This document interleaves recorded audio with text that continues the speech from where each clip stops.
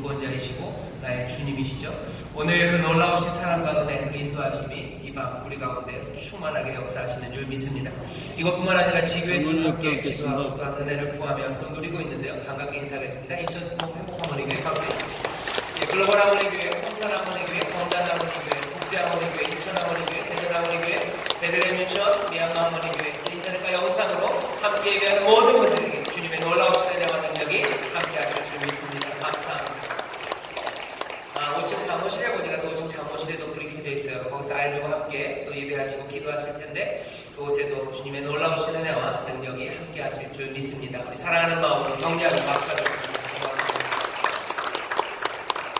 날씨가 깜짝 놀라게 시원해졌습니다. 어제 날부터 뭐가 이상한 바람이 불기 시작하더니 갑자기 서늘한 바람이 불고요. 뭐가 다른 날이 그냥 뭐라 그래야 되냐, 그냥 갑자기 어느덧 우리도 알 수 없는 사이에 그냥 선물처럼 우리에게 쏟아 부어졌습니다. 어제 저녁에 많이들 감사하시고 또 하나님의 은혜에 여러분들이 찬송이 절로 나오셨을 텐데 또 오늘 이 밤 금요철야 기도에 더 큰 감사를 가지고 또 기대를 가지고 나온 우리에게 하나님께서 또 놀라운 역사를 또 기적을 베푸실 줄 믿습니다. 오늘 우리가 은혜 받을 하나님 말씀 먼저 찾겠습니다. 사사기 말씀입니다. 사사기 6장 33절서부터 35절까지의 말씀입니다. 먼저 성경을 좀 펴놔주시고요. 우리 말씀을 함께 나누기 전에 잠깐만 통성으로 기도하고 말씀을 나눌 겁니다. 먼저 우리가 함께 통성으로 기도할 것은 오늘 이 예배, 이 기도를 통해서 하나님 역사해 주시기를 우리가 기도합니다. 감사하며 기도하시고 또 부르시며 감사하며 우리의 모든 죄악을 다 내어놓고 용서받기를 위해서 기도하시고 성령이 충만하게 우리 가운데 임하시기를 여러분들 기도해 주셔요. 그리고 오늘 이 밤에 기도의 용사들이 함께 모였습니다. 우리가 간구하며 기도할 것은 이 나라의 민족을 위해서 기도해 주시기를 바랍니다. 8월 15일이 어제 그제였었죠. 하나님께서 우리에게 주신 은혜가 놀랍습니다. 하나님께서 우리에게 주신 선물이 참 많고 많은데 이 민족이 앞으로도 더 복음이 심어져서 복을 심어서 하늘에까지 자라나고 또 이곳으로부터 거룩한 빛이 온 세상에 비춰지고 많은 사람들에게 복을 줄 수 있는, 복을 나눌 수 있는 그런 민족이 되기를, 그런 사람들로 이 땅이 가득하기를, 이 땅에 하나님의 나라가 능력으로 임하기를, 놀라운 변화들이 이 땅에 있기를 위해서 기도하십시오. 막연하게 기도하기는 어렵고요. 하나 분명하게 분명하게 기도할 것은 두 가지쯤 있는 것 같아요. 하나는 평화로 가는 길에 뭔가 남북이 정상이 만나고 또 북미의 정상이 만나고, 하지만 그 일이 생각처럼 그렇게 빨리 진행되지 않습니다. 누구라도 예상은 했었죠. 누구라도 그럴 거라고 알고는 있습니다. 하지만 우리가 지치면 안 되고 위에서 계속해서 기도해야 할 겁니다. 계속해서 기도하시고 천천히 하지만 분명히 하나님이 이 땅을 평화로 그리고 통일로 이끄시기를 위해서 기도해 주시고, 또 하나 기도해야 될 것은 모르겠어요. 어떤 이유들이 있는지 모르겠지만 일단 발표된 통계는 7월 한 달 그 일자리가 늘어난 게 5,000개라는 이야기를 하고, 그렇게 일자리가 늘어난 수가 작은 게 십몇 년 만에 처음이라고, 금융위기가 있었던 해, 그 해 첫 번째 1월 달에 마이너스 10,000명 정도가 직장을 잃었던 통계만 남은 그때 이후로 가장 좋지 않답니다. 사람들이 다 알죠. 뭔가 경제가 발전하고 한다고 그러지만 조금 왜곡되어 있는 걸 다 알아요. 왜냐하면 반도체, 삼성, SK 하이닉스 이런 사람들이 워낙에 수출을 많이 하기 때문에 착시가 되는 거죠. 거기는 몇 조씩 분기마다 남는 돈이 몇 조래요. 10조, 14조씩 남겨요.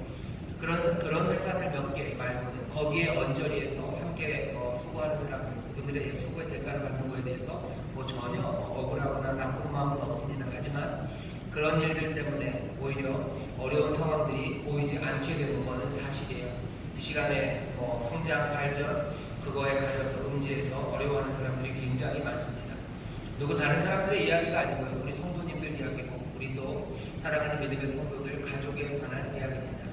아직 그런 이야기를 우리 여러분들 가장에게서 못 들었다면 가장이 그냥 마음에 품고 계시는 거예요. 그 무거운 짐들을 다 그냥 가슴에 꼭꼭 숨겨두고 그냥 혼자 울고 계시는 분들이 많이 있습니다. 이 시간에 은혜 받기 위해서 기도하시오. 내 삶의 변화와 소망을 위해서 기도하십시오. 우리 이 나라의 민족을 위해서, 평화를 위해서 기도해 주시고, 또 이 땅 여러 가지 경제적인 상황으로 어려워하는 사람들, 수고하고 그리고 성실하게 살아가려 하지만 직장을 구하기가 어렵고 그것 때문에 낙심하고 점점 더 깊이 어둠에 주저앉아 있는 사람을 위해서 기도하십시오. 우리의 기도가 그게 일자리를 만들까 생각한다면 뭔가 기도에 대해서 오해하는 겁니다. 하나님이 부르짖으라고 말씀하시고 너희가 간구하라고 말씀하시고 하나님께서 들으시고 역사하신다고 하십니다. 우리는 기도가 하나님의 전에 상달됨을 분명히 믿습니다. 이 나라 민족을 사랑하며 평화 통일을 위해서 그리고 많은 경제적인 여건에 있는 어려운 이들을 위해서 그들의 아주 허무맹랑한 욕심이 이루어져 달라고 기도하는 건 아닙니다. 성실하게 일을 할 곳을 주시고 하나님 땀 흘려 일하는 것 그 안에서 하나님의 은혜로 감사하면서 먹을 수 있는 이 땅이 되게 해달라고 여러 가지 얽혀있는 문제들이 하나하나 해결되기를 여러분을 사랑하는 마음으로 간구하십시오. 하나님께서 이 땅에 은혜를 베푸시고 또 불쌍히 여기셔서 특별히 일터 때문에 힘들어하는 사람들에게 하나님의 위로를 내리시고 또 다시 한번 소망을 주시고 힘을 주시고 그리고 하나하나 그 길들을 하나님의 선한 곳으로 인도하시고 풀어가실 것을 우리가 믿습니다. 기도의 능력을 믿으며 당장 내 가족 그리고 내 일자리가 안정되어 있다면 여러분들 기뻐하시고 감사하셔야 하지만 그렇다고 해서 어려운 사람이 그리고 지금 울고 있는 사람이 없다고 눈 감을 수는 없습니다. 어려우신 분들 더 매달려 기도하십시오. 내 삶은 조금 안정되어 있으니까 그렇다면 하나님께 감사하는 가운데 이웃의 어려움을 여러분들 눈을 뜨고 보시고 함께 기도해 주시면 감사하겠습니다. 오늘 말씀 듣기 전에 우리 기도합시다. 하나님께서 이 민족을 사랑하시고 우리 이웃들에게 하나님의 복을 주시고 이 나라를 하나님이 이끌어 주시기를 간절히 기도하실 때 하나님 우리 기도를 들으시고 응답하시고 놀랍게 역사하실 줄 믿습니다. 우리 주여 세 번 크게 부르시고 다 함께 통성으로 기도합니다. 주여! 주여! 주여! 아버지 하나님 감사합니다. 주님 은혜 안에서 오늘 주 앞에 나와 기도하게 하시니 감사합니다. 하나님의 부르심입니다. 아버지 하나님 은혜로 우리를 부르셔서 하나님의 전으로 나오게 주시옵소서. 아버지 하나님 우리가 연약하나 주가 우리를 부탁하시옵소서. 아버지 하나님 우리의 삶에 하나님의 아버지 하나님 인도하심을 주시옵소서. 아버지 하나님 우리가 주 앞에 나와 기도하게 하시는 아버지 하나님 우리의 모든 죄악을 주시고 우리의 허물을 다하고 우리 주님 봉사를 주옵소서. 아버지 하나님 정결하서 내 주를 아버지 하나님 걸어가고 걸어가고 주님 살려주옵소서. 아버지 하나님 이 나라의 민족을 주님이 사랑하셔서 아버지 하나님 기도하옵나니 이 땅에 은혜를 베푸신 것처럼 여전히 사랑하심으로 이 땅을 긍휼히 여기심을 기도합니다. 아버님 이 땅의 평화가 아버지는 하나님의 통일이 하늘 아버지가 주시는 선물로 우리 가운데 임할 줄 믿사오니 주여 우리로 그날을 보게 하시며 아버지 온 민족이 주께 감사하며 찬송하는 날이 속히 오게 하여 주시옵소서. 사람의 힘과 능으로 되지 않으며 오직 여호와의 신으로 되는 줄 믿사오니 주여 주의 성령의 바람 이 땅에 불어와 아버지 하나님 가슴마다 있는 모든 미움과 분노 아버지 하나님 불신의 담들이 다 무너져 내려가게 하시고 아버지 하나님 서로를 긍휼히 여기는 마음과 아버지 하나님 서로를 사랑하는 가운데 아버지 희생하고 양보하며 또 아버지 가장 선한 것들을 아버지 하나님 믿음직하게 주고받는 이 나라의 민족이 되게 하여 주시옵소서. 아버지 하나님 기도합니다. 이 땅의 경제적인 상황이 어려워지고 아버지 힘들어하는 젊은이들이 점점 많아지고 아버지 오랫동안 힘들고 오랫동안 낙심하여 어쩔 줄 모르는 자들 많으나 주여 주께서 놀라운 바람을 이 땅에 불어넣으시며 아버지 다시 한번 하나님께서 하나하나 해결하시며 하나님 성실하게 일하는 자들에게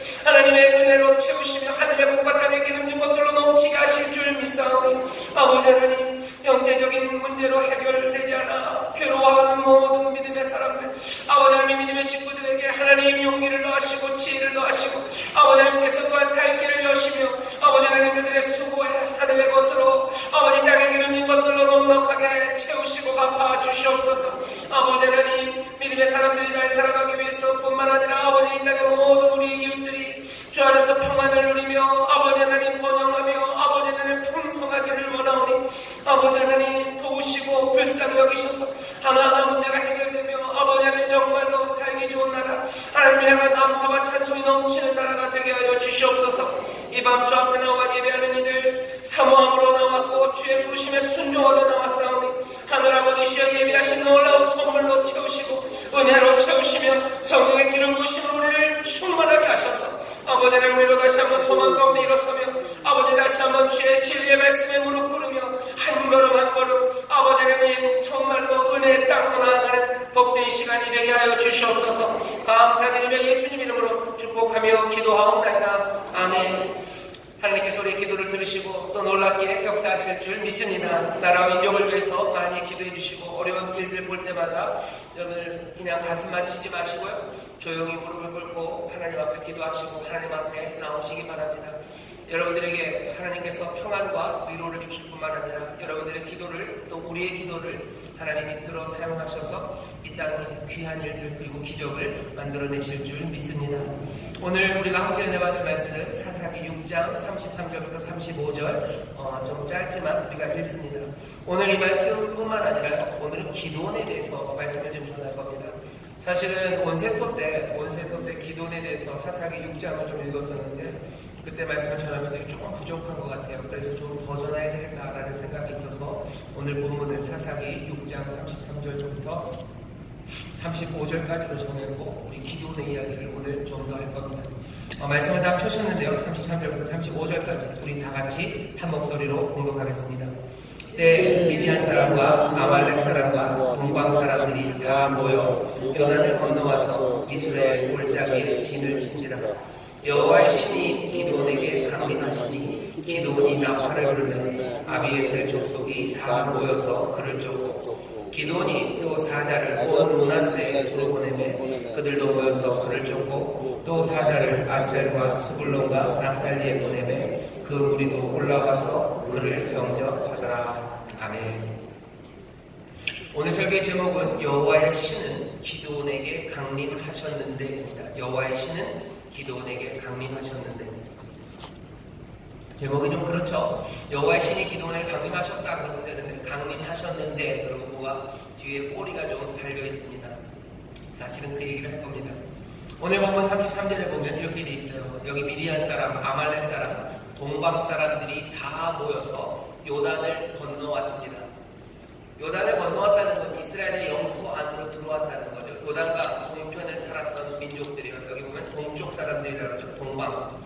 이 동방이라는 건 요단강 동쪽입니다. 요단강 동쪽에 있던 사람들이 요단강 서쪽, 요단강 서쪽 그리고 어디예요? 이 지중해 사이.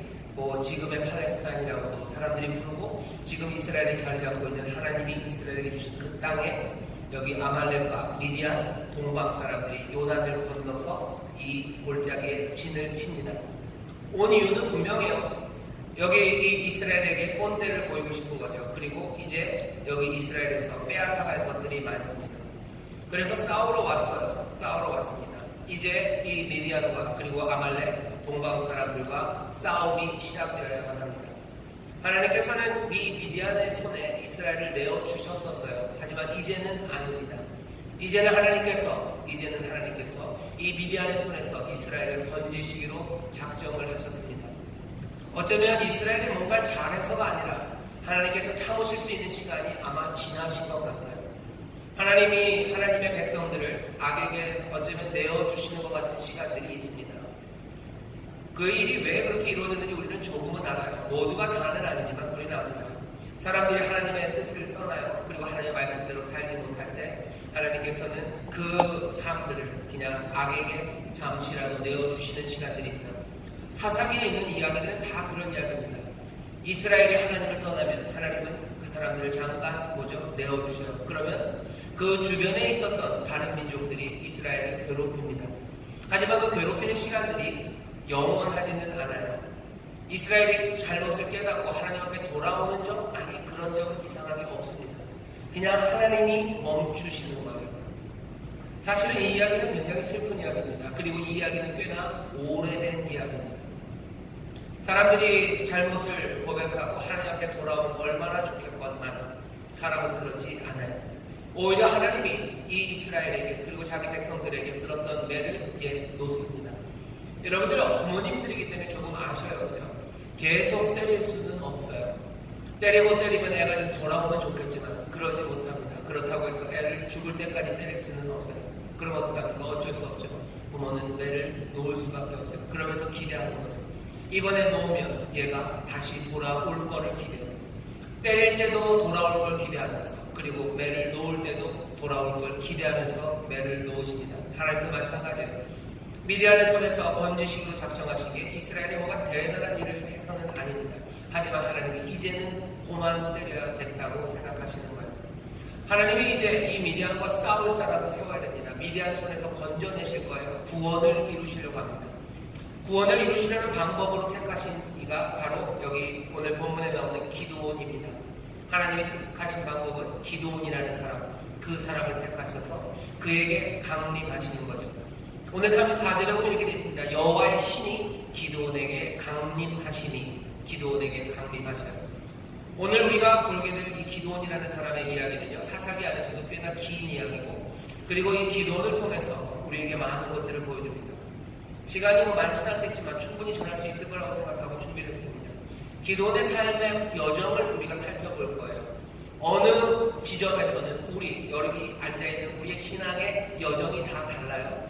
누구는 이제 막 신앙을 시작하신 분이 여기 있을 수 있고, 어떤 분들은 뭔가 새로운 결단이 시작된 분도 있고, 어떤 분들은 여호와의 신, 성령님 충만해서 하나님의 부르심 가운데 뭔가를 만들어 나가는 바로 그런 여정에 있으신 분들도 있을 겁니다. 어떤 여정이 있든지 여기 어느 곳에서는 내가 기드온의 삶과 만나는 곳이 있어요. 내가 오늘 지금 현재의 상황이 기드온과 만나는 이야기가 있을 뿐만 아니라 내 삶을 기드온의 전체의 삶에 또 비춰볼 때도 내 삶에 우리의 신앙에 교훈이 되는 말씀이 오늘 분명히 있습니다. 여호와의 신이 기드온에게 임한 것처럼 오늘 이 밤 여호와의 신 성령께서 우리에게 모두 다 충만하게 임하시는 줄 믿습니다. 기드온의 삶을 보면요, 첫 번째 페이스는 뭐냐면 부르심을 받는 겁니다. 원세도 때도 말씀드렸지만 이 여호수아가 아니라 여호와 하나님께서 기드온을 어떻게 하셔요? 부르셔요. 부르시는데 갑자기 부르십니다. 기드온이 하나님을 찾은 게 아니에요. 기드온이 뭔가 대단한 업적을 쌓았기 때문도 아닙니다. 그냥 하나님이 기드온을 찾으셔요. 기드온을 찾아오셔요. 용기 없는 사람처럼 혼자서 밀을 수확해서 포도주 틀에서 그 밀 수확한 그것들을 타작하던 사람입니다. 기드온은 무슨 독립운동가처럼 무슨 그런 사람 아니에요.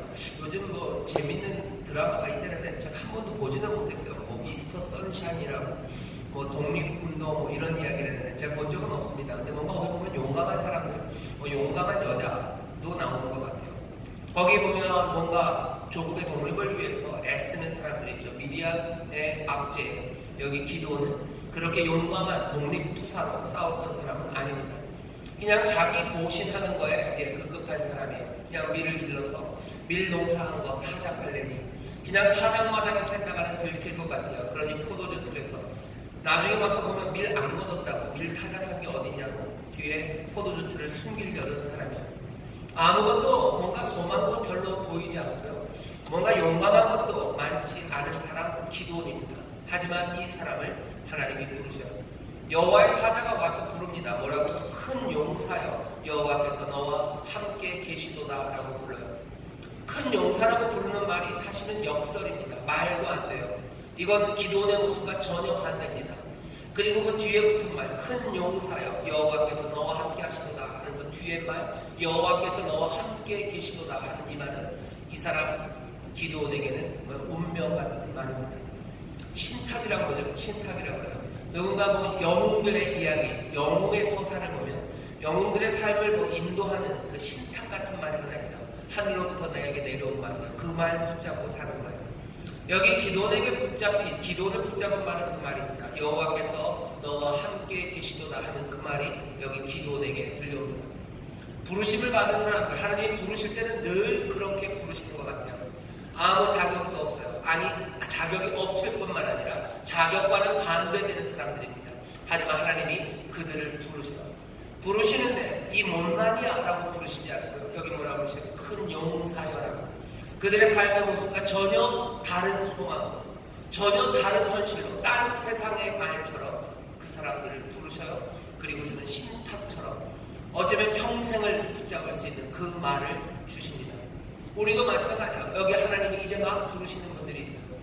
하나님이 우리를 부르시는데 그냥 못난 사람인 거 아십니다. 하나님의 긍휼하심이 우리를 덮으실 거예요. 하지만 우리를 부르실 때 하나님은 뭐라고 부르셔요? 사랑하는 자들아 라고 부르셔요. 호세아는 그 얘기를 압니다. 호세아는 뭐라고 얘기해요? 자녀가 아니었던 자들, 아들이 아닌 자들을 아들이라고 부르신대요. 긍휼을 얻지 못한 자들을 긍휼을 얻은 자라고 부르신답니다.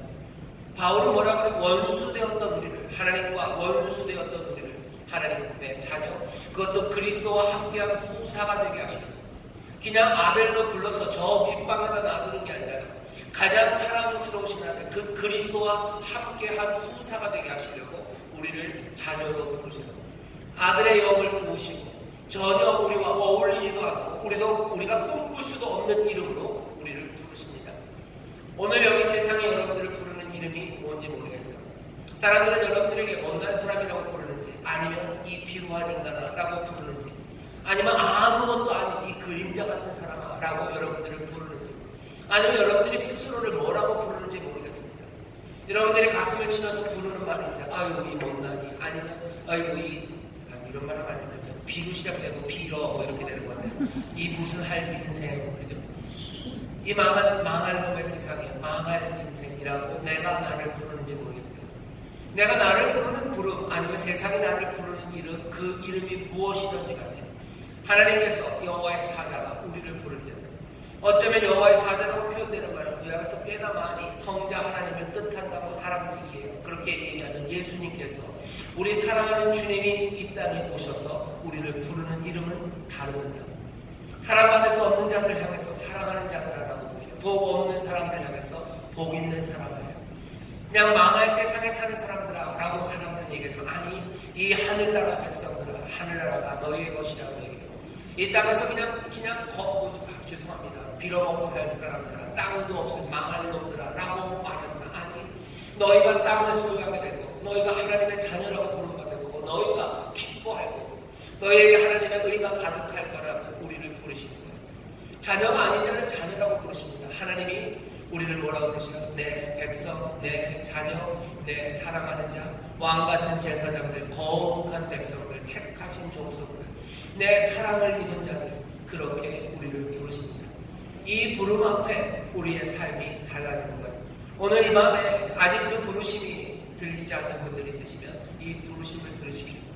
세상이 여러분들을 뭐라고 부르건, 아니 내가 나를 뭐라고 부르건 간에 하나님은 전혀 다른 이름으로 부르시고, 겁쟁이였던 사람 기도원을 큰 용사라고 부르신 것처럼 죄인이고 내가 생각해도 참 허물 많은 사람들을 하나님께서 하나님의 자녀, 거룩한 자라고 부르셔요.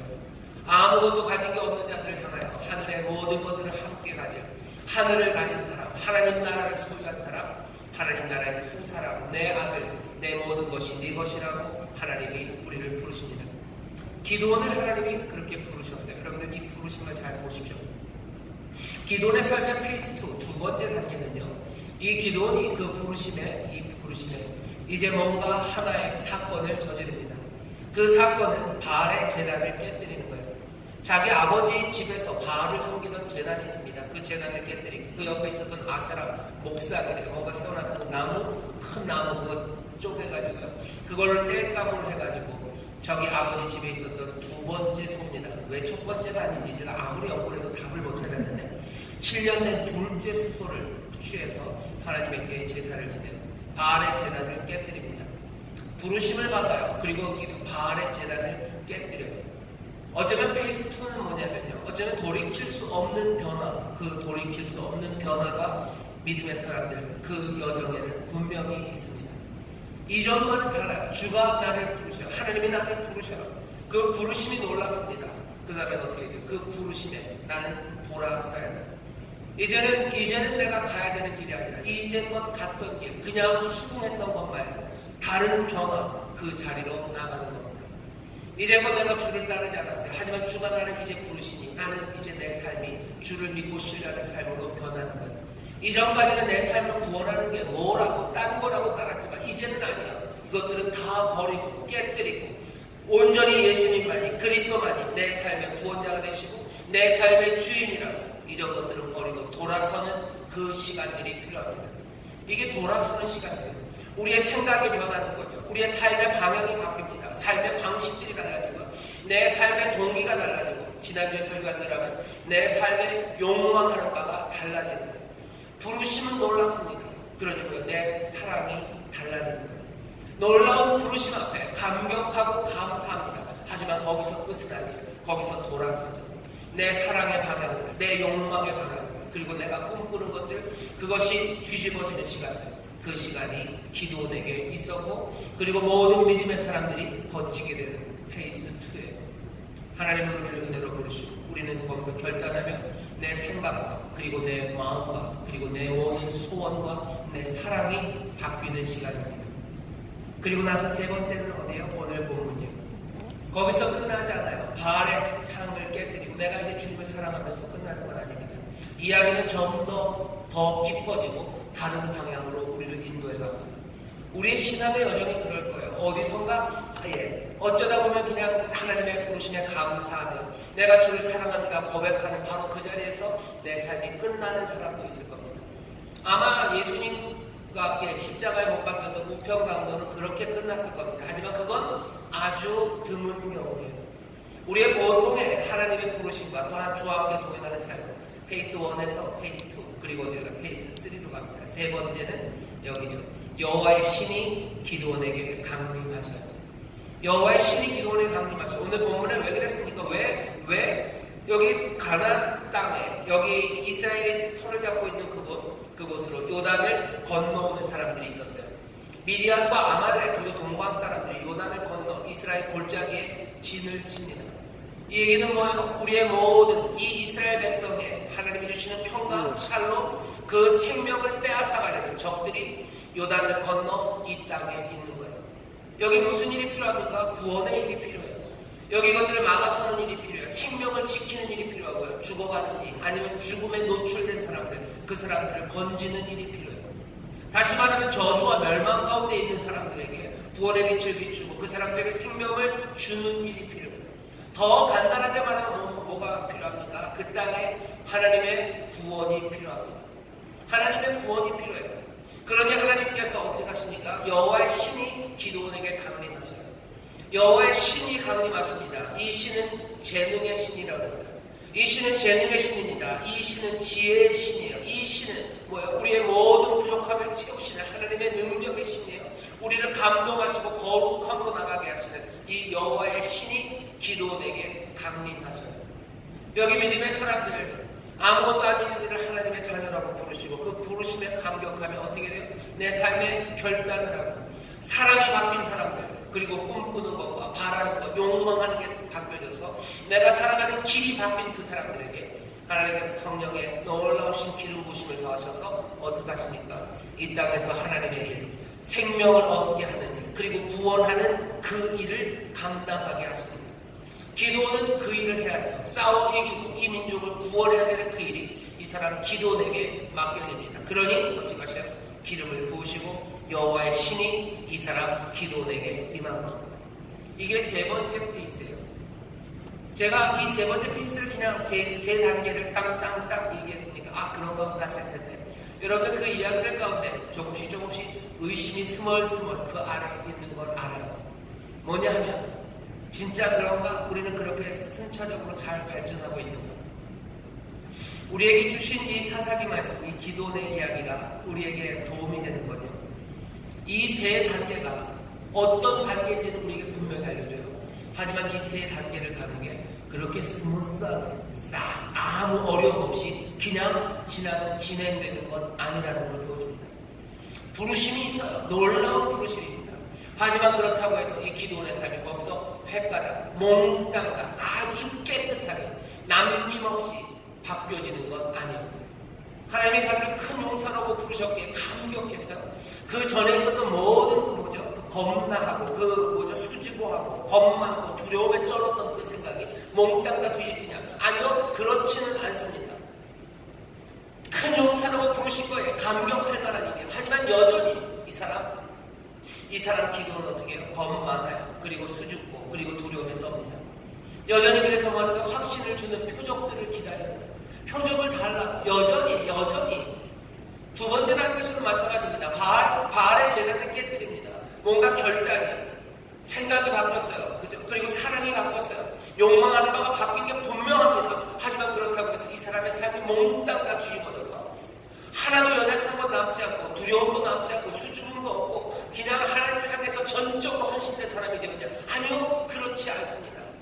여전히 바알의 재단을 깨뜨렸던 것은 그냥 오는 밤에 남들 안 볼 때 사람들이 보면 큰일 날까 겨우 제 변화를 바알의 재단을 깨뜨리는 일 그냥 그렇게 한 거예요.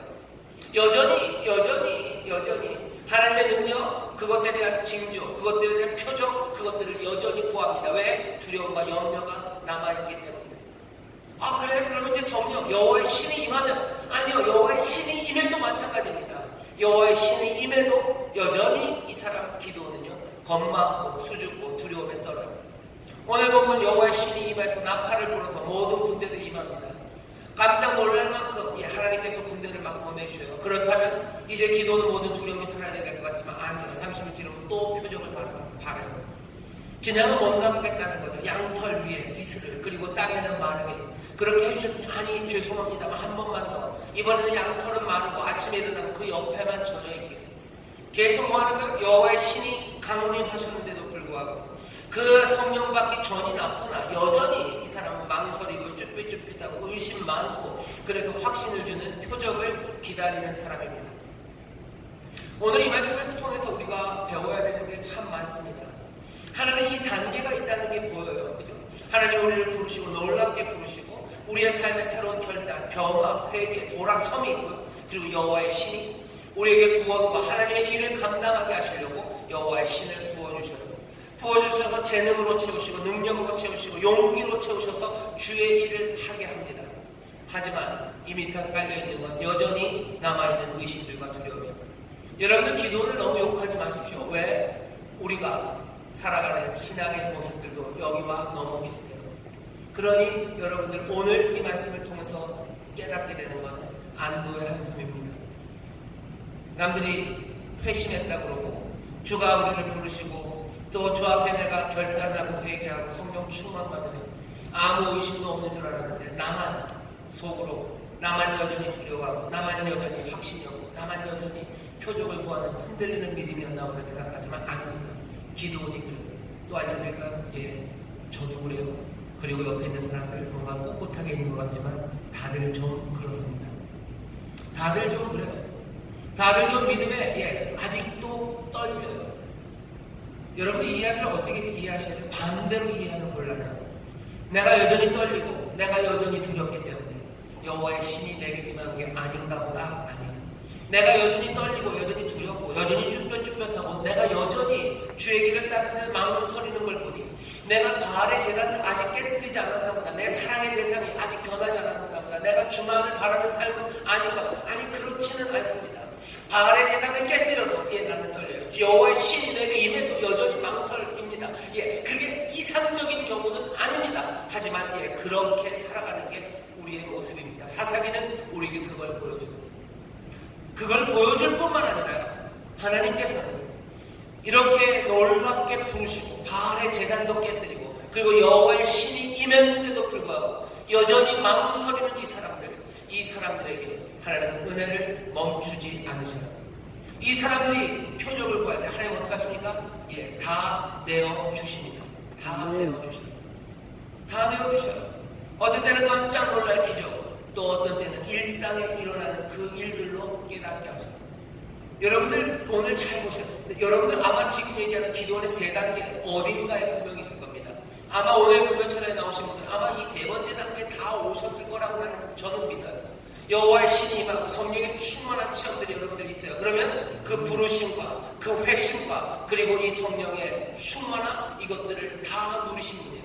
하지만 여전히 두려워합니다. 여러분 들으셔요. 내가 잘못된 거 아닙니다. 여기가 아마 우리가 이런 모습인 겁니다. 여전히 표적을 구하는 거 좋습니다. 이게 완전한 건 아니에요. 구하지 않는 게 어쩌면 더 멋질 겁니다. 하지만 그럼에도 하나님께서 우리에게 은혜를 주신다는 거, 그래서 우리에게 표적을 주신다는 거, 여러분들 그것들을 붙잡으셔요. 먼저는 어떻게 보이십니까? 놀라운 기적들이에요. 초자연적인 것들입니다. 드라마틱한 사건들이, 일상적이지 않은 기적들, 그 기적들이. 기도원이 봤던 기적은 뭐예요? 막대기에서 불이 나와가지고요, 몽땅 그 재물을 태우는 거예요. 국을 부었던 국을 막 태웁니다. 엘리야가 갈멜산에서 있었던 일처럼 그 제단에 있었던 그 재물이 막 불타는 것들을 보게 하세요. 새벽에 이슬이 내리는데요, 양털이 아니라 그냥 마른 그 땅에만 이슬이 내리고요. 이슬이 땅에는 계속 젖어있고 양털을 막 말리게 하는, 어쩌면 일상적이지 않은 그 일들을 하나님이 보여주셔요. 그런 기적들이 우리의 삶 가운데 있습니다. 우리의 삶 가운데 드라마틱한 사건이 있어요. 일상적이지 않은 기적들이 있어요. 아마 사람들은 그럴 겁니다. 사람들은 그런 것들마저도 다 그건 우연이겠지. 그건 그냥 우연히 그렇게 된 거야 라고 진 눌러버리고 그냥 뭉개버리고 아무것도 아닌 것처럼 하겠지만, 여러분들 여기 믿음의 눈을 가진 여러분들은 그 가운데 하나님의 손길을 보셔야 돼요. 우리의 삶 가운데 분명히 흔치는 않습니다. 하지만 하나님께서 우리에게 주시는 표적들, 초자연적인 놀라운 일들, 드라마틱한 사건들이 분명히 있어요. 그것들을 우연이라고 그냥 넘기지 마셔요. 그 가운데서 하나님의 손길들, 그것들을 보셔야 돼요. 놀라운 일들 가운데 하나님의 놀라운 손길을 보는 거, 그거 나쁘지 않습니다. 하나님이 우리에게 보이셔야 돼요. 내 신앙이 흔들리고 있을 때, 내가 여전히 성령을 받았지만 내 마음에 망설임이 있을 때 하나님이 기적을 보게 하셔요. 기도하는 가운데 병이 낫게 하시고, 그리고 내 자녀에게 하나님의 인도하시는 깜짝 놀랄 만한 일들을 펼치시는 거, 여러분 우연이라고 그냥 놓쳐보내지 마세요. 적어도 기도는 그것이 하나님이 자기에게 주신 표적임을 분명히 알았습니다. 아멘. 초자연적인 것만 있는 건 아닙니다. 일상적인 거예요. 오늘 일부러 그 얘기를 집어넣은 것 같아요. 지난번 온세토 때도 말씀드렸지만 새벽에 양털에는 이슬이 있고요, 여기 땅에는 마른 거, 이건 그냥 일상적인 일입니다. 그죠? 늘 그래요.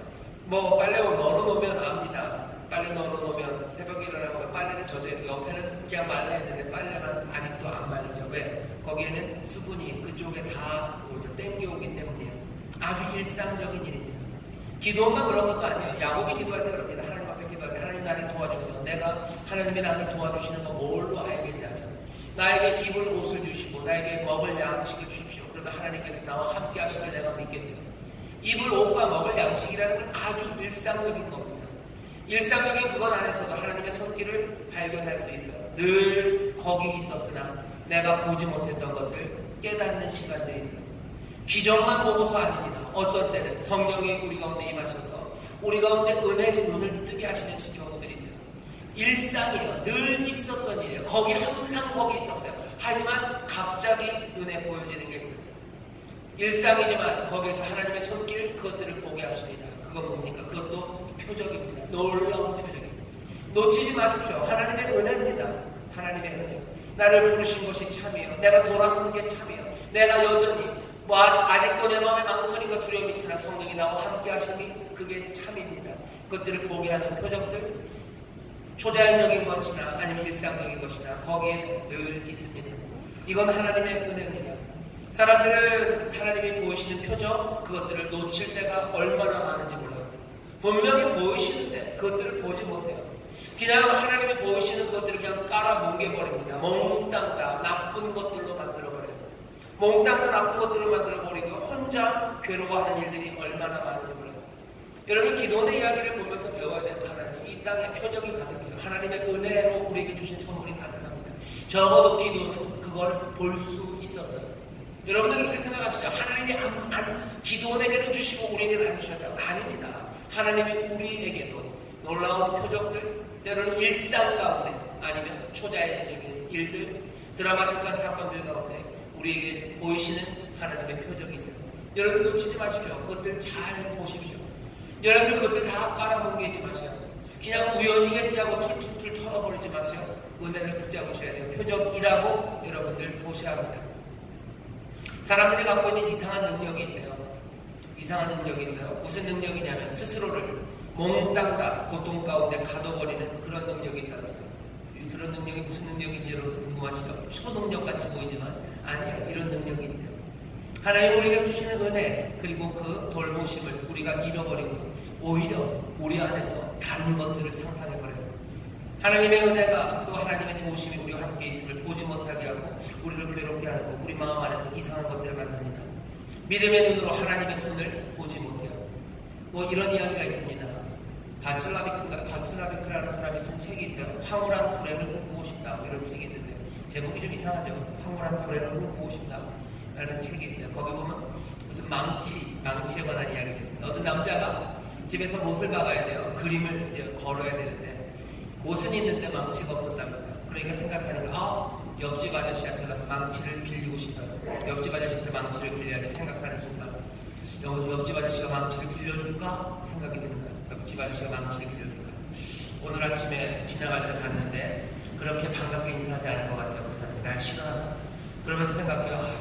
망치 안 빌려줄 것 같아요. 그러면서 속으로 생각하죠. 무슨 망치도 안 빌려줘. 이제 생각은 글로 가요. 그러다 보니까 점점 그 사람이랑 나빴던 게 막 생각나요. 그러면서 어떻게 돼요? 뭐 이딴 사람이다 해서 망치가 밀려주고 가서 내가 뭘 끌어오르는 이 분노를 가서 말하겠다. 옆집 가서 배를 누른답니다. 그러고 뭐라면 너 망치로 잘 먹고 잘 살아라. 그러고 다시 돌아오네. 아무 일도 없었어요. 근데 그냥 그렇게 내 스스로 마음을 온통 고통으로 채울 수 있는 아주 특별한 능력. 믿음의 눈으로 보면 하나님의 손이